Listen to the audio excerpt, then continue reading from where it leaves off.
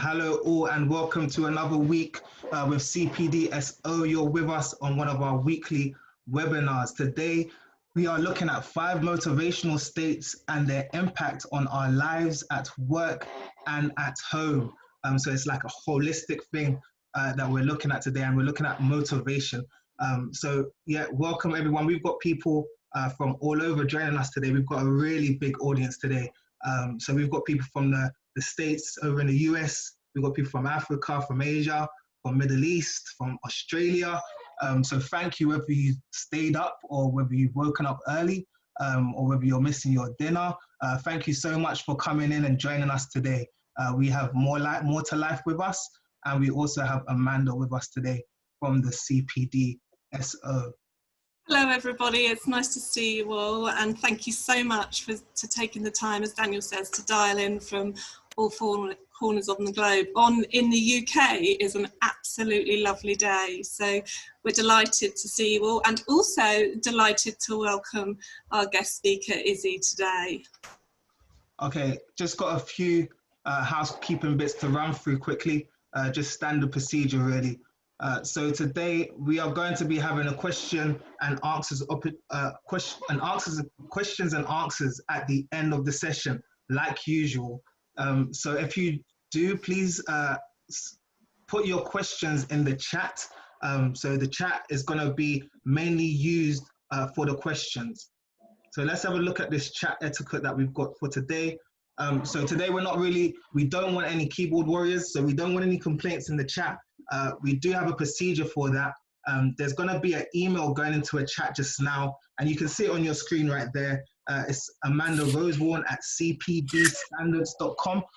If there are any complaints, which we highly doubt, you can send over an email to Amanda Rosewarne. Next. Daniel, just to jump in there slightly and just to explain that a little bit. So every now and again, because we do run this as an open session for both members and our subscribers, every now and again we've just had 1 or 2 people just state in the chat that the webinar session hasn't met their expectations. And it's just been 1 or 2 people across an audience of sometimes 50, 100 or 150. And, you know, we do understand that maybe the title hasn't met people's expectations or whatever, but this is an opportunity for a really honest, positive, open session. And if you do have any feedback or anything that you'd like to say, please just email me directly. And as Daniel says, let's keep the chat open for just some really good questions to make sure that we have a great session. Yeah, please guys, if we can just use, because we do have a lot of people entering the room at the moment. We've got 129 and they're still coming in. So if we can use the chat responsibly, please. Like I say, no self-promotion, so no links. People that are posting links will be booted out of the webinar. Also, another thing that we're more than happy for you to share in the chat is your support. And anything else, so like any support that you have, supportive comments for Issy, as she's going through her talk, would be more than welcome as well. All right, so just gonna run a few polls, guys. Thanks again. And what we do here at CPD is that we run a poll at the beginning of every webinar, just to gauge who's on the webinar with us, so we know if the ratio between our members and you people that we've got joining us. So I'm going to run a few polls around that, and then I'm going to run one more poll around what other topics you want us to be speaking on in these webinars. So you should see a poll on your screen right now. If you guys can just respond to that. So the first one is around, are you a member or a non-member? There's 4 options there for you. And then the next one is all about how many webinars have you attended with us? So you've got a few options there as well. We still got people streaming in from around the world. I'll give you guys another 5 seconds on that one.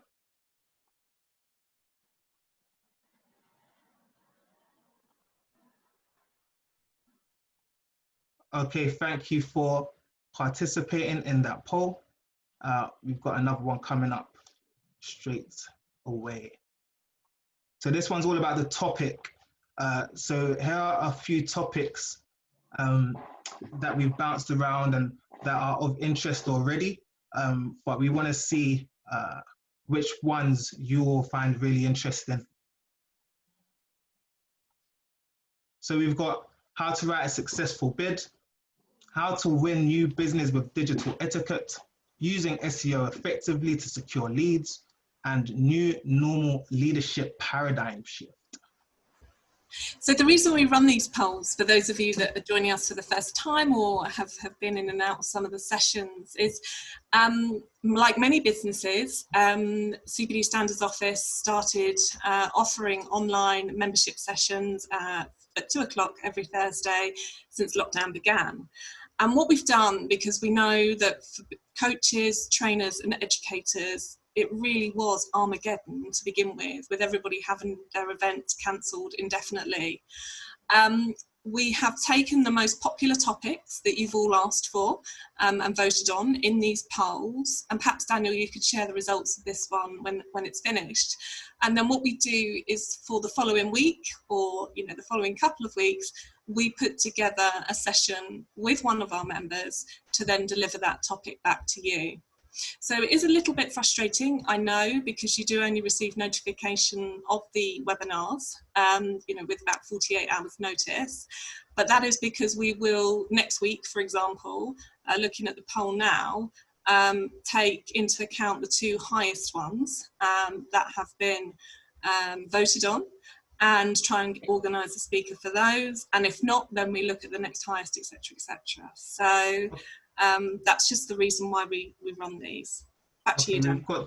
We've got the results in just now, and there you should be able to see those results now on your screen.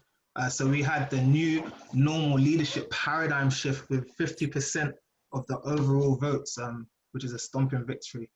So that's definitely one that we'll look to get to you guys in the coming weeks. Okay, Amanda, over to Amanda. She's got a few CPDSO membership updates for us. Okay, so as I said, everybody, hello, welcome. It's an absolute pleasure to be with you all today. For those of you that I know and I can see on the attendee list, hello. And for those of you that haven't met me before, I'm Amanda. My background is in occupational psychology, business psychology, so I'm very excited about this session today. I think it's going to be really interesting and enormously powerful for all of us whilst we remote work. I founded the CPD Standards Office nearly a decade ago now, because I have a passion for lifelong learning and CPD, and a particular passion for making sure that everybody in society, regardless of background, age, stage, whatever, has access to great education. So the CPD Standards community is now very strong. We have over 1,000 members that we've accredited, and within that, tens of thousands of pieces of accredited learning. So it's a wonderful community. And we really do celebrate all of our members, such as More to Life, who are joining us today, who have been with us for many years. So those of you that are members, I just wanted to give you an update. We are now opening and running the assessments team until 9 o'clock in the evening. There has been quite a high demand for those of you that are taking the advantage of the free offer to shift your face-to-face learning or events that you had planned onto online learning free of charge. So first of all, if you aren't aware of that service, or you're considering joining and wondering how you're going to shift online, then we can help you out there. And to members, just to let you know that any assessments that you've got with us at the moment, everything's being processed as normal. We've got the full assessment team and membership team in place, but they are working very hard, bless them, until 9 o'clock in the evening. So you will be receiving documents and emails, sometimes out of normal business hours. But I hope you can understand that, like many organisations, whilst we remote work, and particularly with people working from different areas of the globe in terms of members, we are having to take into account different time zones and things. We've also got a couple of direct member updates and some particular membership sessions that we're running in July. I can't believe it's July already, the time's gone so quickly, despite it feeling like years that we've been in lockdown. So in July, we've got a few member-only sessions as a follow-up to some of the webinars that have been particularly popular. So for example, we have Simon West and Anthony from PowerCall delivering a member-only session on how to really strengthen up your LinkedIn profile and generate leads for your business on LinkedIn. So there's a couple of member-only bits and pieces, and they will be coming out in newsletters to you in your email, so keep an eye on those. And that's pretty much it from me. We'll be hosting again next week, as I said, on one of these topics that you've selected. And if you've got any queries at all, then do email with regards to your assessments to assessments@CPD Standards. Any general membership inquiries, email membership team@CPD Standards. I'll put all of this in the chat in a second. And if any of you would like any support, you would like to, you need some assistance, then do drop me an email directly. I'm happy to support anybody in any way I can. And also, Daniel, you're also offering different membership support, but I'll leave you to talk about that in a second. So thank you all for joining us. And as I said, really looking forward to this session, Izzy. So big welcome to you. Fantastic. Thanks, Amanda. Right, I won't talk too much or too long at all. So just a bit about one of the things that I usually do during the course of my day at CPDSO is consultations. So we've put together a pivoting consultation for people that want to move from delivering face-to-face training to delivering online. And it looks at 5 aspects mainly. So this page that you can see up right now is looking at delivery format. So how you're going to go about transferring that face-to-face delivery into a format that can be delivered online. So that's one of the things that we look through on the consultation call. Another thing is what tech resources are going to be required and where to find them and how much they're going to cost. So that's another thing that we look at on this consultation call. The consultation call usually lasts around 30 minutes, but follow-up calls and subsequent calls are also optional as well. So I'm just going to run another quick poll, and some of the other things touched on, in the consultation calls are like marketing propositions. So how to kind of change your marketing voice to fit the online audience, and also pricing and the purpose and the need of the training as well. So that's one of the things that we are offering at the moment at CPDSO, a 30-minute consultation, kind of looking at the pivot of face-to-face to online training. I'm just going to run another quick poll, just a really quick one, guys, if you can answer as fast as possible, just to find out if there's anyone on the call that is a member or is strongly considering becoming a member that is interested in scheduling one of these calls with myself. So there you go, the poll's out. If you can just answer as fast as possible for me. So if you do answer yes, we will be in contact to run you through things and to invite you to one of our consultation calls, and just to kind of show you what's necessary to actually get on one of these calls with us. So I'm going to close it down in 5, 4, 3, 2, and 1. Thank you, guys. Swiftly moving on. Right, let's get into the meat of things. We have a 50-minute webinar with a Q&A session at the end. It's going to have Issy Crocker doing the presentation for More to Life. The recording and the slides will be available and will be sent out to everyone that registered for this webinar. So if you do have to leave a little bit early, because we may overrun a slight little bit, if you do have to leave a little bit early, don't worry, you will get the materials sent out directly into your inbox. So we have Issy Crocker from More to Life. So More to Life was founded in 1981. They provide programs around experiential learning to help individuals find and cultivate their unique power, potential, and purpose. So it's all about evoking life-changing breakthroughs, of which Issy is the proof is in the pudding for Issy, because she actually started up her personal journey with More to Life in 1985, and she's been consistent with them, and she's moved forward with them, and she is currently a More to Life director and senior licensed facilitator and coach. So without further ado, I'm going to put you into the very capable hands of Issy Crocker. Hello. Well, very, very lovely to have that introduction. And this is 5 motivational states, and I won't claim credit for the material that I'm presenting today. I come as a More to Life champion, and the material has come from the More to Life program, but also via Johnny Hoover, who shared it with Brad Brown, our co-founder, many years ago. But before we go anywhere, I just want to let you all into a secret. I don't do talks. So right now, my stomach is going in knots, and it's going in knots because I don't do talks. I imagined, and when we first spoke to Daniel, we talked about interacting with you, and I'd say something and you'd say something back, and then we'd talk together about it. And he said, no, we don't do it that way. And so here am I, apparently talking for the next 50 minutes. So we'll see how it goes. Normally, the work that I do and the work that More to Life does is interactive, because it's not about understanding. We see that as the booby prize, if you like.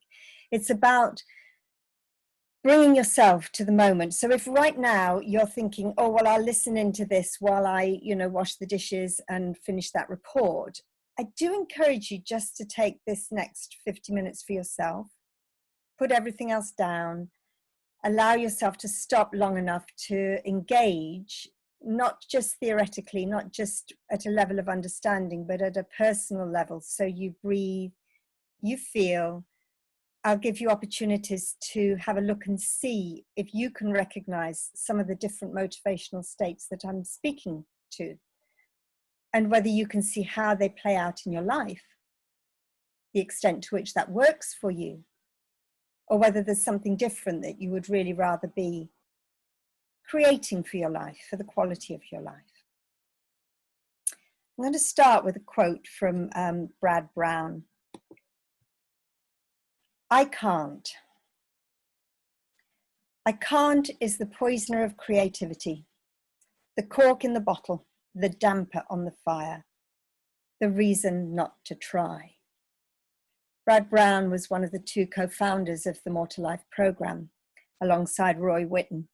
And he used to write these on the corners of serviettes when he was out in a, having a meal with someone. He'd have a thought and he'd write it down.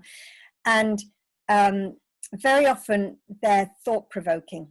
And if you want to find out more, please follow the link at the bottom to just see what else is written by him. But I'll use them to punctuate this talk.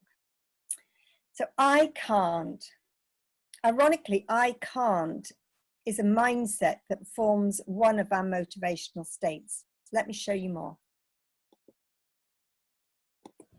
Can you imagine a time where you just can't see your way out of the situation? You're presented with a problem and there it is, it's in your face, and you can't see beyond the problem. You can't find a way through.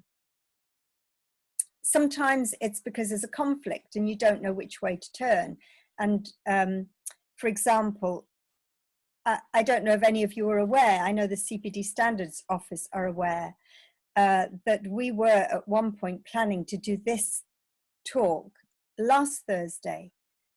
And the publicity hadn't gone out, and we still had some time that we needed to do work with that publicity. And then a dear friend of mine died, and it was his funeral on the Thursday morning when we were meant to be having our tech event.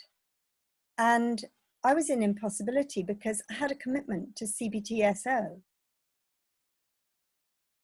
And yet I have a commitment to myself, to the family of my dear friend, to him, to be at the funeral, and I was in impossibility. I couldn't see where to go. So there was a knot in my stomach and I felt quite tight. I felt some despair. I felt stuck, hopeless. Another situation. If I can't get hold of someone and I'm trying to talk to them and I can't because they're not picking up the phone, they're not answering my emails. And in the end, I think that I'm becoming a bit of a stalker because I can't get through to them and they're not responding. And my mind goes really reactive with that. Or if someone says they'll do something and doesn't do it, or I ask them not to do something and they breach those boundaries and they do it anyway. Those are some of the times for me when I get into this particular I can't motivational state. I can feel angry. I might feel depressed. I might feel deflated. Stuck and despair are big for me in this stage. And when I'm like that, I can't really see clearly. I can't find a way out. I don't necessarily hear clearly. I can't necessarily speak words that make a lot of sense to anybody else. And in my mind is this thought. It goes, I can't find a way out. I can't cope. I can't see a solution. I may as well give up, or I may as well avoid this one, or I may as well just keep my head down and hope it all goes away. Because there's another little voice in there that goes, or else, you know, it's just a waste of time. It's worthless. It's pointless. There's no point in anything. I can get deeply into despair or depression with that. Now, all those thoughts in our heads are fear-based. They are not truthful. Our minds fill us. I'm sure most, if not all of you, are aware that our minds can fill us with a whole host of claptrap. It's belief on belief on belief, but it's not truth. It runs our lives if we let it. And it creates for me this state if I let it. It's a box, and we call it the box of impossibility. Everything seems impossible. I do not know what to do with this situation, with myself in it. I don't have a solution. Now, I have with me a colleague who's been working very hard on all these slides. In fact, we've put so much attention on the slides that I think we only finished the final version about 11:30 today. And she's Rosanna Clements, and I want to firstly thank Rosanna for all the partnership and work with me on this, but also to introduce Rosanna because she may have another take on what impossibility looks like. And because we like interactive, we thought we'd give you another voice and another face. So Rosanna, I think you might need to speak to claim the space. Thank you, Issy, and for introducing me. Yes, I did sit down actually before joining and reflect on when I've been in a situation of impossibility or when I felt in that state. And for me, there's one, a really powerful moment that happened earlier this year when something that a lot of people will be able to relate to, which was the notice that I was being made redundant, actually just before lockdown, coincidentally. And the words that were in my mind were, I can't find part-time work again in under a month. I can't afford to be out of work. I can't continue with my studies. I can't trust these people who I thought were my friends. I must find any work quickly, even packing shelves. I must put my studies on hold. I think with the last two, you're shifting into a different motivational state. And in truth, that's what often happens. We start in one place and then we move to another. So for now, just to pull you back into the impossibility, I can't do that, or else what's going to happen if you don't get more work? I failed myself. I'm a failure for myself and my family. Yeah. And so there was a pressure for you to find a way out of this box of impossibility. Thank you, Rosanna. I'm going to pop back to you in a while. So really, now it's your turn. When were you last in the state of impossibility? And if you don't have pen and paper to hand, do feel free to walk off and grab a book if you've got a journal and you do journaling. Or maybe you can open up a Word doc and you can just begin to reflect for yourself. I'll leave this slide up just to give you some taster for it. What are some of the circumstances that have put you into impossibility? What's the experience in your body? What do you do with that? For me, it's sometimes like a frozen rabbit in the headlights. I'm stuck. I can't. I have no movement. In fact, sometimes instead of drawing this box, this shape, we actually draw the coffin shaped, because it's as if we have shut down and all possibility, and we might as well be dead at that point. So I'm just going to be quiet for a moment and let you have a think for yourself. When were you last in a state of impossibility? Do you recognize it ever in your life? And if you want to pop something in the chat, feel free. I won't be monitoring it at the moment, but I'm hoping that Rosanna will, and that if there's things to bring forward later, we can do that.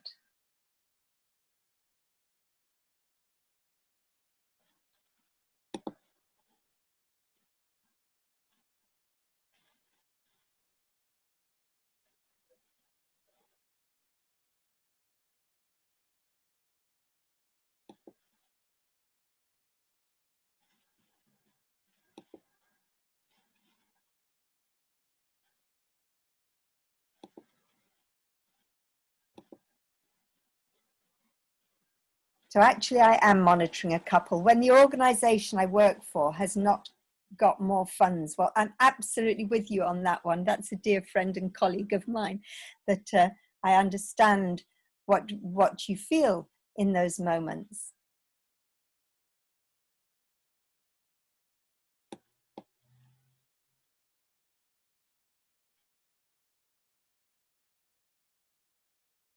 A permanent state after a bereavement and indecision as to whether to move house or not. Sometimes we get stuck in impossibility where there's two choices, this or that, and that fear of making the wrong decision. Therefore, we make no decision, and so we remain in that very still place. An unexpected bill and no money to pay it. I can remember hiding from the milkman when my children were small, and I later discovered living below the supplementary benefit level. And a friend had talked to me about doing that, but it got embarrassing to actually open the door and say, I don't have any money this week, but I'll have the money next week. So I used to just not be in. Forced to do homeschooling, 2 small children whilst working full time. That must feel very constricting and constraining. Not being able to work with technology. There's lots of wonderful things in there. Thank you all for engaging. I'm going to move on because there's another way of looking at, there's another motivational state. So this one has a bit more space to it. You have a bit more movement. And so we're no longer in impossibility. We might find that there's a lot of energy. It might be anxious energy. It might be nervous energy, but there's a lot of energy. So for me, I can get into this state when I'm under time pressure, and I'm much better at it now, but I can still get caught. And it comes when I'm under time pressure and I think things should be different. I can, just thinking back to when my kids were little, for those of you who are parents, particularly in the pre-lockdown and post-lockdown era, where we used to need to get them to school. And there was this tension point for 10 minutes before we needed to leave the house, and possibly for 5 minutes after we should have left the house and still hadn't, where my energy was higher, my voice got louder, the kids were probably just being kids, slow to put their shoes on, got absorbed with feeding the hamster. I don't know what it was, but there was stuff going on, and I got into this state. So there was anxiety and panic about nothing. I mean, it was only about getting to school, but it was there. I was putting myself under pressure. I was feeling frustration, tension, low morale, definitely loads of stress. Self-pity, not one I do a lot, but it can be found in this particular motivational state. Often a lot of energy, but not with a great deal of purpose, which is why we've got the lines going everywhere. You might start looking for something here, drop that because you think of something else, go off that way, come back to the other. So there's a lot of spinning going on. Can't see clearly, can't hear clearly. What you say may not make total sense to somebody listening, or come out, you know, for me it would have been barking at the kids. Come on, get your shoes on. How many times have I got to tell you? Bit of a spin in the head, a bit maybe like a headless chicken, and then in the mind not thinking clearly either, because it will say things like, I have to get by, hold on, make the best of it, struggle, get it done, try hard, I mustn't stop, we can't be late, got to keep going, need to, have to. Or else I'll lose control. I'll be useless. It will fall apart. Lots of fears. And actually in this one, we can get to, I mean, for me, there was a fear going on there that I would be judged by the teachers if I couldn't turn my kids up at school on time. They would get judged, and then they would get a bad name for themselves, and then they would not get the best education. And of course, it was really, really important. I have to get them to get the best education. It's all fear-based again. So this still in a motivation that comes from a box, and you can see you can get stuff done. I mean, we did get out the house. Now maybe if I'd come at it differently, we'd have got the house out of the house earlier. I don't know. Maybe if I'd done it differently, we'd have got out of the house more calmly. Pretty sure of that one. But it's a motivational state. We call it survival. It's a box of survival. It's as if somehow I fear for my very life. And it can be over the smallest of things, deadlines, and I end up spinning half a dozen plates.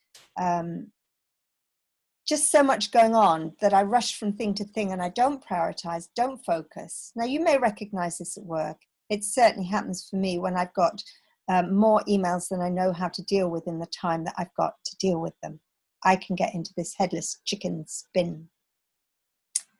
So, Rosanna, how about you? Have you got a survival to share with us? It's fine if you haven't, by the way. I don't want to be putting you on the spot, but you'll need to speak to claim the space. Yeah, no, that's fine. Thank you. Yes, I do. I had a moment a couple of months ago where I noticed I was feeling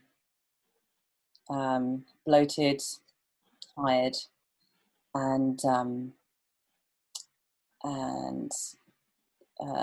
just low. And I decided that I thought it was to do with my gut.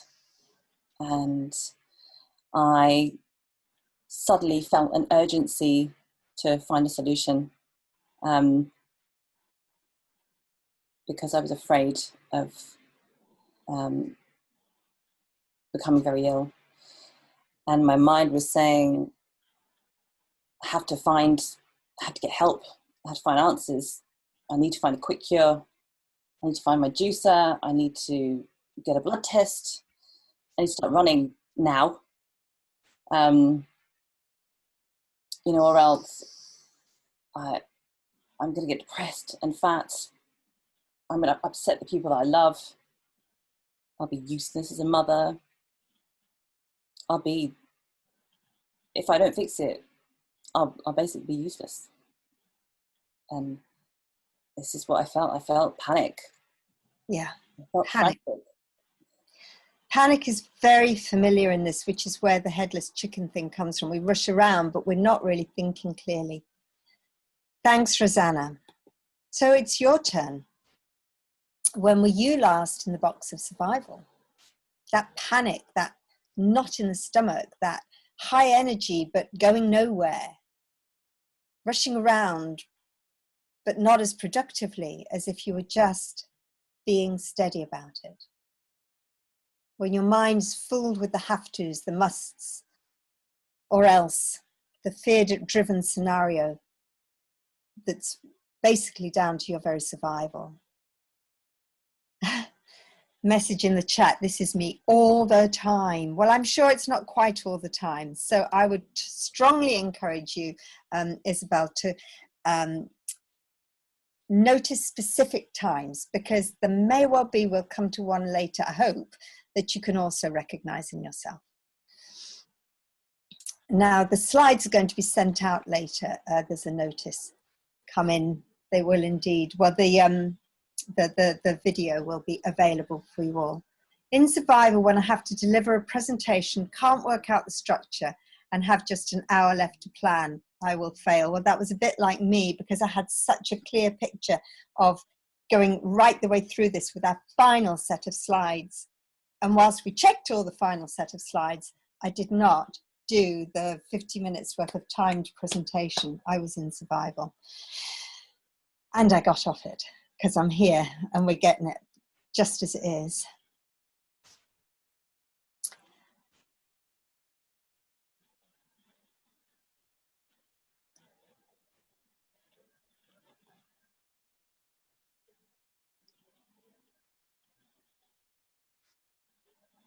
So we've got told my department was moving campus, rushing to prove myself. That might well be there, and it might be another one. Let's hold fire on that one. It's a possibility. So the question here from somebody who, I've just realized I'm not meant to be naming people because of this going out on YouTube, but somebody whose name I haven't seen for a long time, and it's lovely to see your name. If impossibility is I can't, perhaps survival is I've got to. It is I've got to, but it's a specific I've got to. It's an I have to, I must. And I got to is in there too. So I have to, I must, I've got to. I've just got to, or else. There's all that energy that comes with it. So I'm going to move on and see what else we've got as we move into the next one. So here we stand, but we carry the weight of the world on our shoulders. This is a much stiller motivational state than the last one we looked at. And when I'm in this one, it's normally because I'm caught wanting to be loyal, or believing that I should do or say certain things, be a certain way. For example, in your circumstance, maybe you have a line manager who works long hours, turns up early, goes away late, or now that we're on lockdown, thinks that they can ping you a message any time of the day or night, right across the weekends, because everybody's at home all the time anyway. And you have a sense of needing to oblige to, ought to, should be there, do what's asked of you. In a non-work context, I don't do this one hugely, by the way. I mean, I do it, but it was harder for me to find an example of it, because I think I'm getting much, much better at the antidote to this, which I'll tell you about a little later. At least I hope I will. I have a very, very ropey memory. Happy to be reminded in the chat. So I have clients who would say, I have to babysit because my children expect it of me. But they drop me on it with no notice. They dump the kids on me. They expect me to turn up when at the drop of a hat. And I don't want to say no, because I think I owe it to them. They're my kids. What grandparent wouldn't want to be with their grandchildren? And yet they're not doing it with an open heart. They're doing it because they think they ought to. So there's emotions that go with this one, of course. often we do it, but we don't do it with a very warm heart or open spirit. There's no lightness of skipping our steps, which is why we put the weights on the feet. Often there's resentment in here. It's as if we've got ourselves caught into a position where we need to behave a certain way. It can be very low energy, very low motivation. We can feel tired, lethargic, pull ourselves through the day. Might well be disappointed in ourselves for finding ourselves in this position, in a job that we didn't really want to be in, but because we thought we ought to keep with it because we were too scared not to risk not being able to pay the mortgage. So there can be an underlying irritation that we're stuck in this. And the thoughts would be, I should and I ought to. I ought to do my best, do the right thing, keep the rules, be perfect, get approval, be professional, play the game, or else I let myself down, I let others down, I fail, I'll be unpopular. You know, I've had clients also talk about friends saying, let's go for a night out. And if it was their one night off, sorry if you're getting noises off, I've got the sweet street cleaners outside, good old lockdown. If it's their one night off, they may not want to go, but they feel obliged to go for fear of being left out the next time. I've heard people say, I have to go or I won't be invited next time. And that would be awful because then they would be alone for the rest of their lives in their minds. Remember, this is all in our minds. It's all fear-based. So this box, oh, we're on motorbikes outside now. I don't know again if you can hear it. Apologies if so. So this box is, again, slightly larger than the other two. And it's the box of obligation. Being obliged, thinking we have to, because it's our duty. It's our responsibility. How about you, Rosanna? Have you got one for us?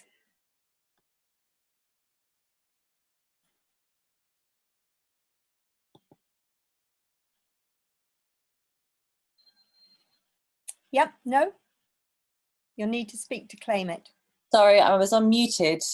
Here I am. Just before I continue, I wanted to give you a quick time check just to let you know it's 2:43. But we are recording, so even if we do go over time, okay, everyone will be getting a copy.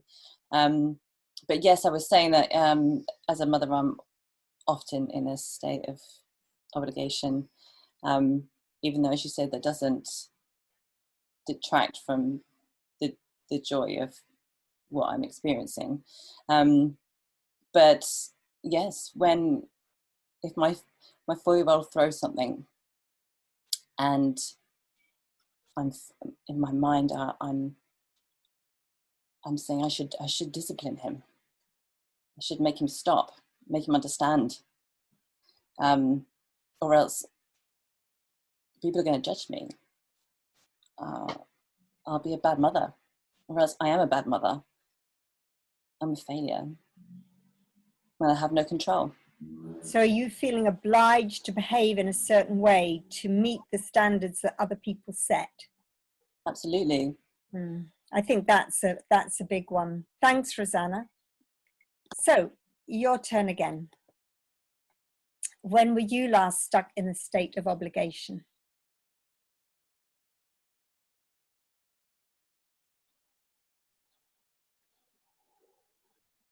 Now, having had the time check and knowing that we have a workshop coming up where we will explore all this in greater depth, I'm actually going to move on because we have a lot still to cover. There's another state. And of course, if you get a thought about obligation, you can still jot it down now or you can come back to it later. So here's another state. And this one has lots more space, lots more energy. And the energy feels powerful. It's like an adrenaline rush. It can go places. We can feel very enthusiastic, almost to the point of overly enthusiastic. In a way, I got that way with these slides because I just wanted them to be really, really good for you.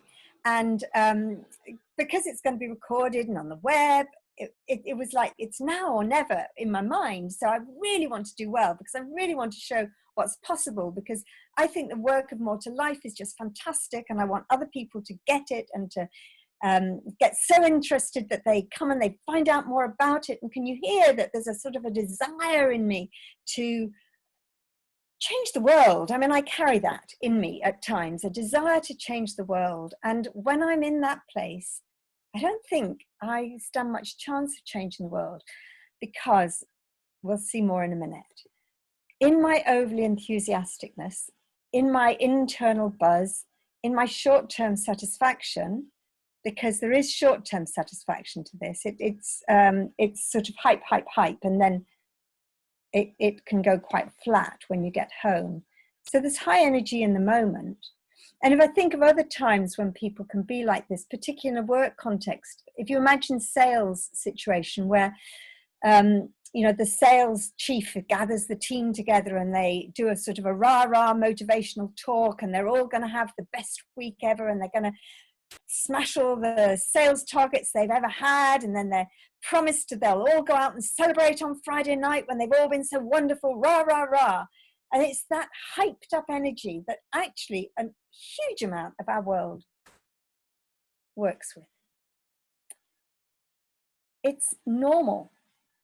It's so normal that we don't recognize that in that moment, we still aren't seeing clearly, we still aren't hearing clearly, and what we say is not necessarily helpful, because it's coming from this driven state. I really want to. You might almost say, I really, really want to. I mean, I really, really, really want to. Be more, have more, get more, achieve, succeed, look good, be the best. Or else, I will be a failure. I'll be humiliated. I'll not be good enough. I will be seen as less than I want to be seen as, and therefore I have to puff myself up to make myself bigger than I really am, because somehow I think that being me is not enough. Delivering my 100% is not enough. My mind says I've got to do more, be more. The more in More to Life, by the way, is not more of all of that. So, again, it's fear-driven. And contrary to popular belief, it is inside a box. Some people think this is the norm, this is what we aspire to, but this is inside the box, and it's the box of desire. Note coming in on the chat, I can get like this with my business. Yep, me too.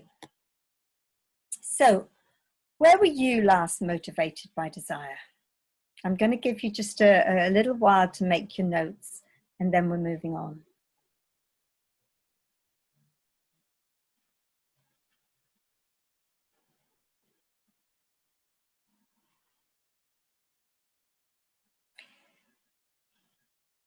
And the bit I forgot to say, but I clicked and didn't notice, thank goodness for Rosanna's graphics, is that one of the downsides of the box of desire is this bit at the bottom, burnout. We get ourselves so wound up, we overextend ourselves again and again and again, to the point where there is no way out other than to stop. And the body, if we don't stop, makes us stop. And so you get this highly stressful environment that's very energetic, followed by burnout.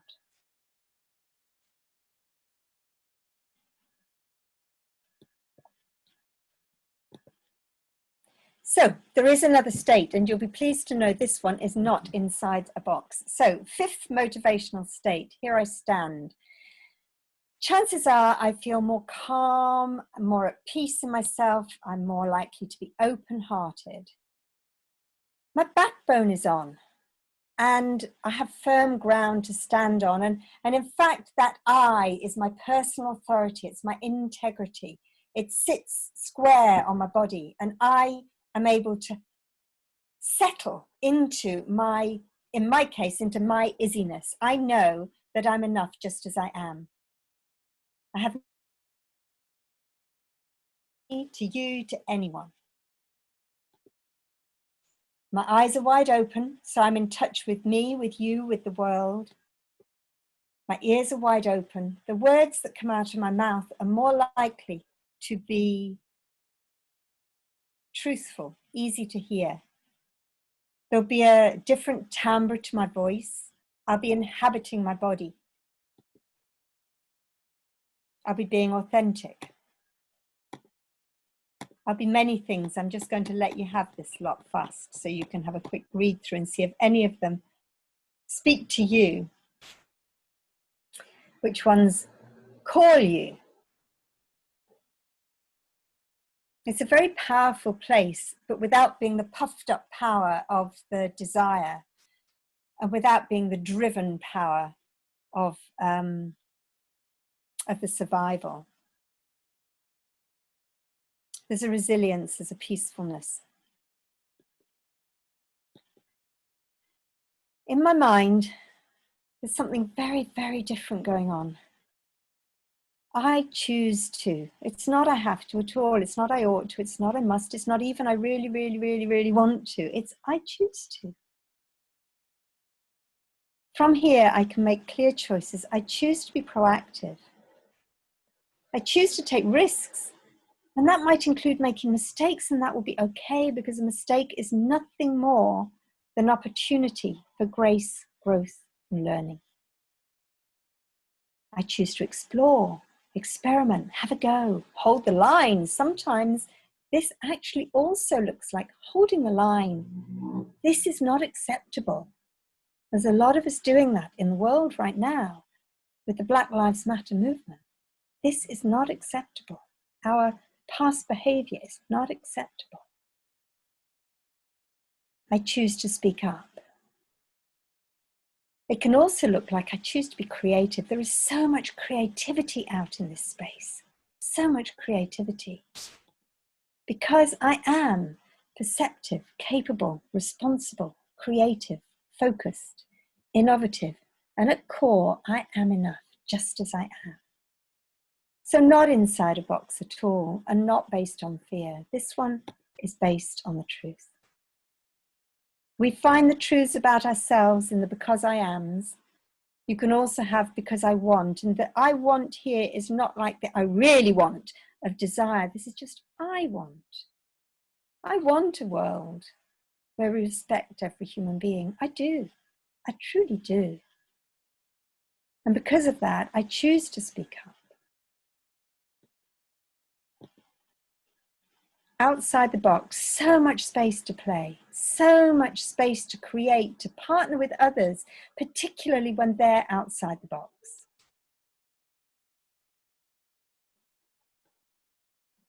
So, right now, are you willing? Should we go play? Question, of course, is, how do we get to the willingness from the impossibility through the survival, the obligation, the desire? Sometimes we can jump from one of those four boxes straight out to willingness. And sometimes we dip about between two. I can sometimes go between impossibility and obligation and sort of swing between them before I catch on what's going on. And sometimes it's between desire and survival. And sometimes it's the whole gamut. This is the model that I've based the talk on. And this is the model that's copyright to K. Bradford Brown and the More to Life program, built on Johnny Hoover's work.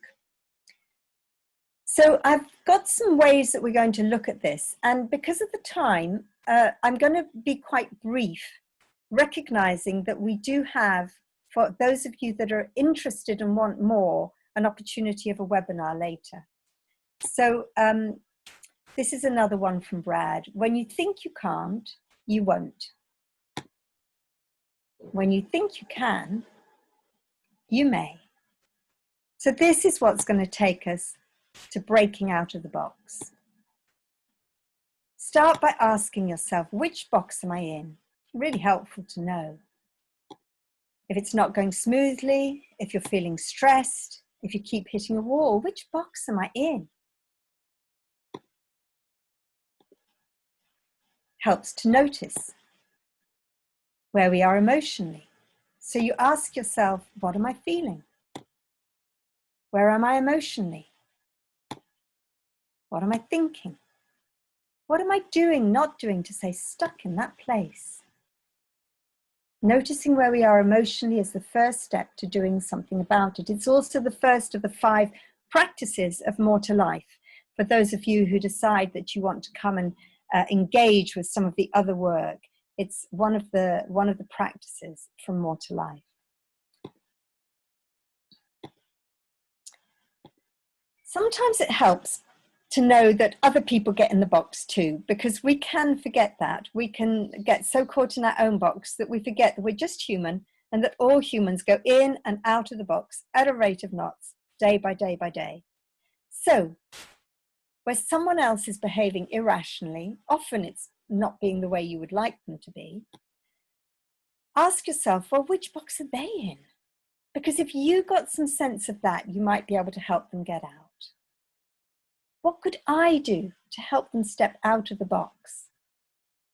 And you know, if we're taking radical responsibility, which for me is what this is about, for our relationships, we will very often notice that if we say something this way, we're more likely for someone to go into the box. And if we say it that way, we will help them to hear it and be easier to keep them out of the box.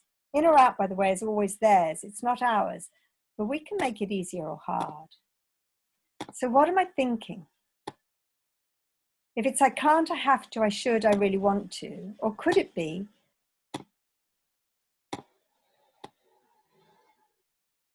it's up to us to challenge those thoughts when we notice it?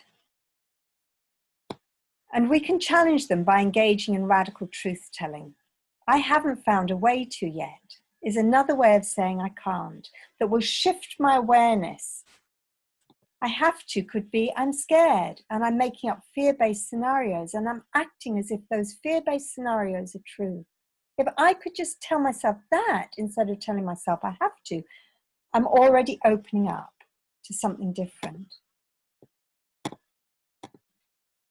I don't want to upset others, be seen in a certain way, be judged. That's often what's going on when we get to the I shoulds and I oughts. It's often in relation to other people. And I really want to can be, I'm afraid of my own inadequacy and I need to prove myself to someone, to myself, to someone else, and to the world. So if we're to break out of the box of impossibility, I can't could become I wonder. I could, I will. And if we engaged in the radical truth-telling, I can't is rarely true. It just means I haven't found a way to yet. I'm stuck.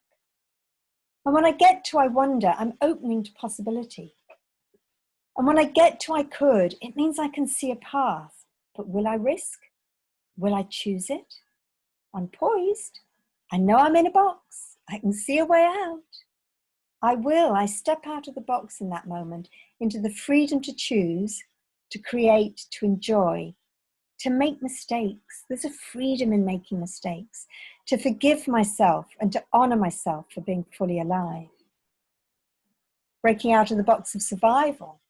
I'm actually just going to rush through these without speaking to them because we're going to do these on the workshop and you'll have them and you can freeze frame them. So, motivational states. What are you being motivated by? Does your motivation come from inside the box or outside the box? As soon as you let go of those fear-driven sets of mind talk and find the truth, as soon as you let go, willingness becomes accessible for you. Willingness becomes possible. So, there's your willingness. And it can look like, I'm willing to embrace me as I am. Simple as that. And if that's the only thought that I take away, I'm willing to embrace others as they are. I'm willing to embrace reality as it is. In that moment, when I hold those 3 thoughts, the chances of me being outside the box are so much greater than me being inside the box. All is well. Where there is a will, there is a way, it says Brad Brown. where there is a way, there is a will.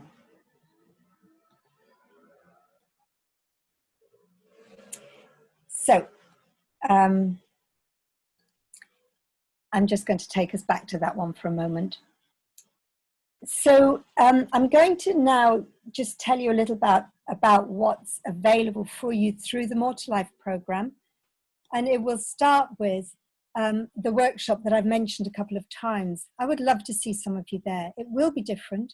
We'll still be using the chat, but I will be more engaged with you in the chat. I'm hoping that we will have a smaller group and that we will be able to have some face-to-face interaction.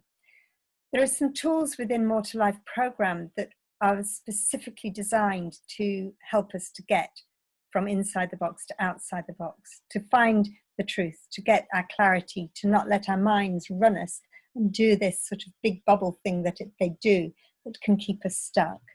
And so that's what I'm going to be doing on the 15th of July. You will get an automatic invite to that because you are here. Those of you that have to fly, I absolutely get it. Feel free to fly, and I hope you'll catch up with us again later. So we have a relationship, as Daniel and Amanda were saying earlier, with the More to Life, with the CPD Standards Office. And we have the power of purpose, the power of connection, the power of self-esteem, and the More to Life weekend. Now, during lockdown, the Power of Purpose is available online as a CPD accredited course. It's possible, and we're not quite all the way there yet, that we'll have the Power of Connection and or the Power of Self-Esteem online. We're just not there yet. And at the moment, the More to Life weekend in its uniqueness is not available, but we're working with a pilot of something else that does work online. So we have those options available. And it would be really helpful for you to either come into us through the links on the first one or on the links here to come and explore what we have for you. Because from my perspective, what we have with the More to Life Academy, with the masterclass that you can see here, the transformation in the time of coronavirus. Now that one's brilliant for all people at all times, because that one is an access anytime online series of chapters of a course. So there's work on grief, there's work on loneliness, there's how to get your clarity, how to get out of the box without calling it quite like that. There's weekly webinars with Sophie Sabish, who is a master at this work, one of our senior trainers. It's the best value for money of any online anything that I've ever seen in terms of what it can offer and what it can bring. So I would encourage you to have a look at that. And I'm going to leave you with this final thought from Brad Brown. There is no event in your life by which and through which life is not coming to awaken you to your highest and most noble self. And I'm very open to Q&A. And I apologize for those of you who are tight on time and need to dash. Fantastic, amazing. Thank you so much for that, Izzy and Rosanna. Really engaging, love the slides, love the presentation. And I like the way that those 5 points were so clearly shown. Definitely made some notes about when I've been in each of those states. I think we've got a few questions coming through. Just before I go to the questions, if you can just keep sending the questions through, please, guys. Keep sending them through. Just as Izzy mentioned, we are doing a follow-up session to this on the 15th of July. It's going to actually be a 3-hour session and a lot more in depth. I just want to thank you for staying with us this long, and I just want to gauge how many of you would be interested in that, just so we have an idea of the numbers. So just launching a quick poll now. If you can just let us know if you will be definitely coming or what you're thinking about this follow-up session. And just while the poll's coming in, thank you so much, Izzy. That was an absolutely, really, for me, thought-provoking session that just, I think, has been the one time that I've actually stood still in the last couple of months and thought, wow, all those different emotions I've experienced. I'm really sorry, everybody. I'm really hot. So I've put the blind down and it's a bit dark. I'm so sorry. I'm sure you all are absolutely boiling. But thank you so much. It was really, really interesting. And I think that whole sense of how do we get out of the box and how do we challenge ourselves in terms of what we think we can do and we can't do. And Rosanna, I really kind of understood where you're coming from. I too have young children, and whilst it has been a joy to have unexpected time with them, it has just been a huge challenge for my husband and I to have to work and look after them and keep them safe and things. So thank you for sharing your experiences with us. I think maybe I hope I'm speaking on behalf of the group, but I really understand where you are, and I think where many of us are at the moment. So thank you. Yeah, I think it laid out really just the spectrum of possibilities of where different people can be. I think that was great, and like you said, it gives you a good chance to like see and be really present and see which one you are, and that way it's all about awareness really for me. When you become aware of something, you're more able to kind of fight against it. So yeah, thank you again, Izzy. Just to let you know, guys, we're going to keep the poll up for the remainder of the session. So just feel free to click through and answer that whenever you're ready to. We're going to go on to a few questions now. So we have one that came through prior to the session from Mary. She says, I have questions about fatigue and sleep with everything going on. Many are having to change jobs possibly and move in homes. It's more of a statement than a question, I guess. But could you talk to that, Izzy? Okay, I'm a very visual person, so when I hear things, it's in one ear and out the other. Can you just pop it in the chat for me somewhere so that I can actually pick it up visually? Of course. Thanks. Okay, so at the moment, you know what I said about boxes? I've gone into the box of impossibility going, I don't know. I'm not an agony aunt. Here we go. Mary, hello. A question about fatigue and sleep with everything going on. Many are having to change jobs, possibly moved homes, etc.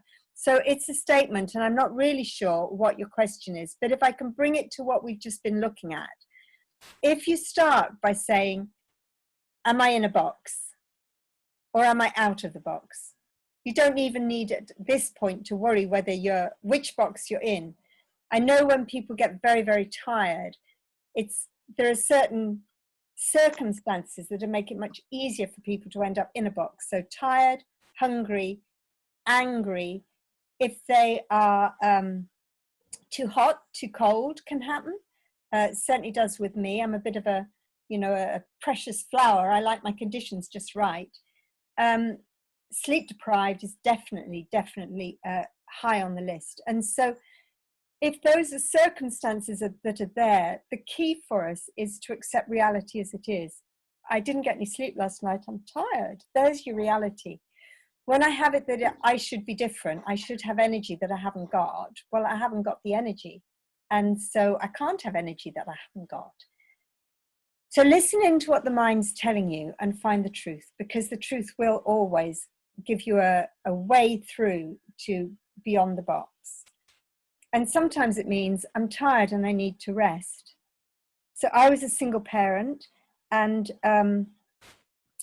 I can remember taking my kids on holiday, and I put them into the kids club because I needed to rest. And then they didn't like the kids club, but it was their holiday and it was my holiday. And I said, but I need a break. I can't do first thing in the morning to last thing at night with you guys all the time. I don't have it in me. And I needed to negotiate with them that I would be in a certain place and they were to stay together. I was lucky there were two of them.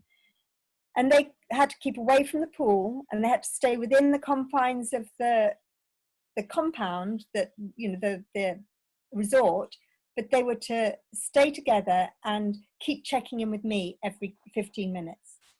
And I would just go to sleep. I would be out for the count. And as they got older, I continued that practice because I needed my sleep in order to be able to be outside the box with them the rest of the time. I don't know if that helps. And this is where I like interaction. I want the feedback. So I'm looking forward to the workshop where we can talk. Fantastic. We've got more of a direct question here from Claire. She asks, can you be in more than one box at the same time? Oh, it's a good question. Do you know, I don't know, but I'm going to go and think about that one. I suspect it's possible, because if I know my own head, I can have all sorts of thoughts going through. So if I've got I ought to, I'm going to be in obligation. If I've got I have to, I'm going to be in survival. And if I've got I absolutely can't, I'm going to be in impossibility. And I could almost be jumping between them. And then if I really, really wanted to, I'd be out in desire. So I know we flip between them really quickly. And I don't know. I'll need to check in with others on that one. Issy, I would suggest that even the key is to noticing, because you might, in trying to get out of one of the box, you might jump straight into another. But so long as you notice what you're feeling and thinking and check statements inside in your mind, you can start truth telling, and that's the quick way out. Thank you, Rosanna. Love it. Okay, we've actually run over time, so we're just going to answer this last question, and then, like I said, we are having that follow-up session on the 15th. It's going to be an in-depth session with Issy and Rosanna. It's going to be 3 hours long. So please do, like I said, the links are going to be coming out to everyone that's registered for this webinar. So when it does, please do go ahead and register for that. But last question coming through from Rosemary. She asks, any quick tips on upping motivation at the start of the working day or when motivation drops throughout the afternoon? Yes. Notice whether you're inside the box or not. If I want motivation that is going to sustain me, leave me at the end of the day deeply satisfied, have me be focused, productive, working at my optimum creativity, I'm going to be outside the box. So if I'm noticing whether I'm in the box or out of the box, take a deep breath, listen to what my mind is doing to keep me stuck, if my mind is doing something to keep me stuck. Find the truth, get my purpose. We teach something called the purpose generator on the More to Life weekend, on the power of purpose. We teach the esteem generator on the power of self-esteem, both CPD accredited courses. And on each of those, that would be a way that you could just claim in 5 minutes where you are, what you choose to do, how you choose to be, and bring yourself differently from the outside the box place of willingness. Good question. Thank you.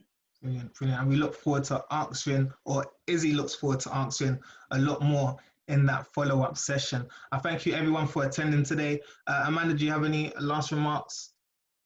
No, just thank you ever so much again to Issy and Rosanna. It's been a great pleasure to host a session, particularly on these very crucial, and I hate calling them soft skills because I don't think that does it justice, but on these emotions and just the whole experience. We've talked about it being an unprecedented time so much over the last couple of weeks, but I don't think any of us ever stand still to really think about it. So just want to say thank you again. Thank you to everybody who has joined us, and the recording and the slides will be sent out to you. And we look forward to seeing you again next week at 2 o'clock. And we'll be in touch early next week with the topic leading from the poll feedback from not just this week, but also from last week. So thank you so much. I'm off to get a cold drink now. So thanks ever so. Bye-bye. Thank you for all the questions, all the love in the chat towards Issy and Rosanna. Rosanna, your slides are getting a lot of love. You may have a little freelance gig going on there. But guys, just want to say thank you for showing up. And yeah, We're going to be back again with Issy on the 15th. Issy, do you have any last remarks? Thank you. Well, I do. I have a huge thank you to Rosanna, to Judy, to Christine, and to all the people that have been blowing wind in my sails for the last 24 hours. You've been amazing. I know many of you are on here. Thank you for that. And a huge thank you to each one of you for the acknowledgements and the feedback and the engagement for putting stuff in the chat. I do hope we meet to work again in this form, in another form.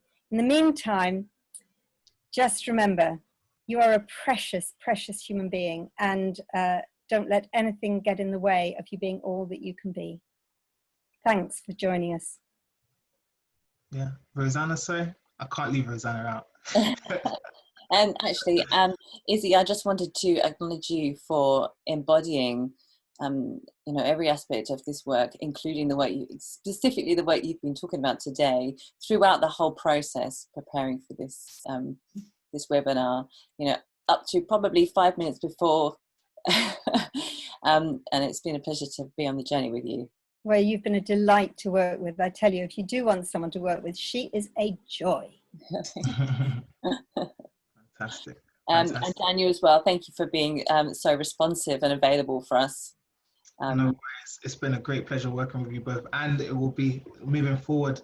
Look forward to the next session for sure. So please do remember to have a look out for that follow-up email coming out to you early next week. And it's going to be on the 15th, that follow-up session. So please do come and join us again, everyone. As Issy says, in summary, I guess, the truth will set you free. So always just remember what state you're in and remember the truth. So yeah, thank you everyone for joining us, and it's bye from us all for now. And we'll be sending out correspondence about our webinar next week, Thursday at 2 p.m. So see you then. Thanks, Daniel. Thanks, Thank Daniel. you. Thanks, See you then, Amanda. everybody. Thanks, Bye. everyone. Bye. Thanks, everyone.